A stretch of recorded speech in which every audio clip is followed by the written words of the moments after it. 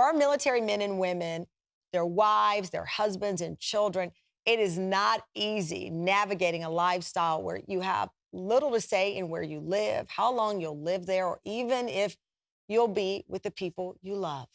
Hello, my name is Issa Mccauley. I am married to Commander Amanda McCauley in the U.S. Navy. She was called up from reserves to the active duty, and so she'll be gone for 7 months total. It'll be the longest time we've been separated since we were in college together. This holidays will be a little bit different for me and our 4 children. The worst part about having Mama gone is that she just misses all the normal everyday stuff we used to do together.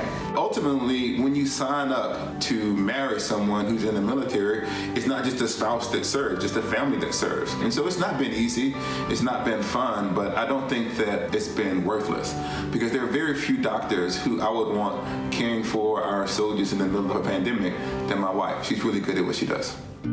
Hi, I'm Lindsay Hartman, and I'm married to an active duty Marine. I'm a certified fundraising executive, and I love my work. I realized the hard way, though, that I wasn't getting callbacks and I wasn't getting called in for second or third round interviews because my husband was in the military, and my tenure and my length of employment with that organization wasn't guaranteed. That was a really hard lesson to learn.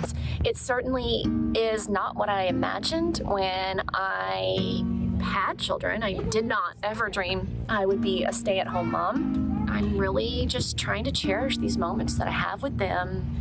I'm trying to stay relevant in my career. I'm trying to support my husband in the military and doing the best I can. My name is Nicolette Carter. I live in Frederick, Maryland, and I'm married to Staff Sergeant Carter. My wife is currently overseas with the Air Force Security Forces. We've been together for 4 years, and I'm currently 5 months pregnant with our first child.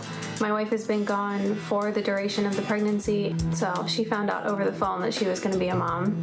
Being a military spouse is something that I don't think anybody can prepare you for, or that anyone can truly be ready for. But at the same time, it gives you this extra special sort of relationship where you know that you've got each other, you have each other's backs, and you know that your love is stronger than being separated for that amount of time.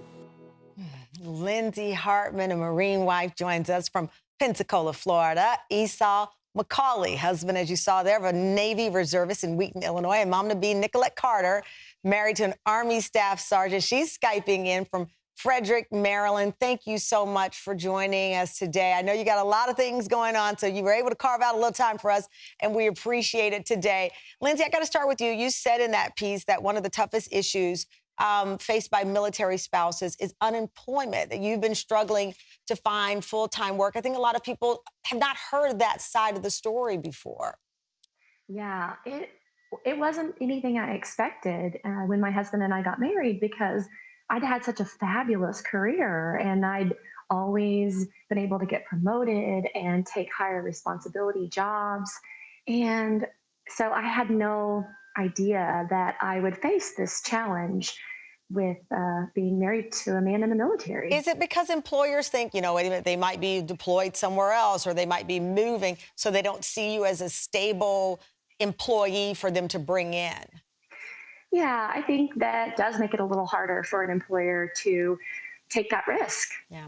Esau, we saw your day in the life. Your wife is in the Navy Reserve, a doctor, and you are juggling so much at this time as she's on the front line dealing with COVID. You are on the front line of the family, which of course matters. We get criticized for asking women, how do they juggle it all? So I will ask you the question that we women are annoyed by often. How do you navigate it all? I mean, I think you don't really have a choice. So I'm not necessarily sure that I'm juggling it all. I can say that the kids are still alive and well-fed, and somehow they make it to school every day. So I think you do what you have to do when you are thrust into the situation. And I think there are days where you feel like you can't manage it, but there's nobody else, so you can't give up. Yeah, and I know she was gone for Thanksgiving. She will hopefully be back for Christmas. But you say that obviously it's harder for the kids in so many ways. We're blessed to Skype or do video, iChat and things like that. And so the kids get to see their mom, but they miss her. And small kids don't really have a concept of time. And so when you say to a 6-year-old or a 4-year-old, this is going to be 7 months, they don't really know how long that is. Yeah, And yeah. so they just every day, like, is mom coming back or when she's going to be here? And so it's been a little bit tricky. Yeah, and Nicolette, speaking of tricky, you can relate. Your wife has been deployed for almost a full year now. That's been for your entire pregnancy. I just did a panel with military spouses around the world with the U.S., so all pregnant or just having had their children. How are you juggling it? How are you balancing that pressure? I mean, I think like everyone else has said, you just do the best that you can. You don't really have a choice. Your everyday life still goes on. And this is something that we knew that we wanted for our family, and we were doing everything we could to make it happen. And it's just something that, I keep her as involved as I can. Thank goodness for technology. I share as many pictures as I can, as many updates as I can. But of course, it's just still not the same as having her here. But luckily, within the military community, there's so much support from other spouses and other parents that know exactly what you're going through, and they're more than happy to reach out and give support. Oh, my goodness. Well, it's just an honor to have you share your stories and really pull the curtain back and let folks see what it is like for military families.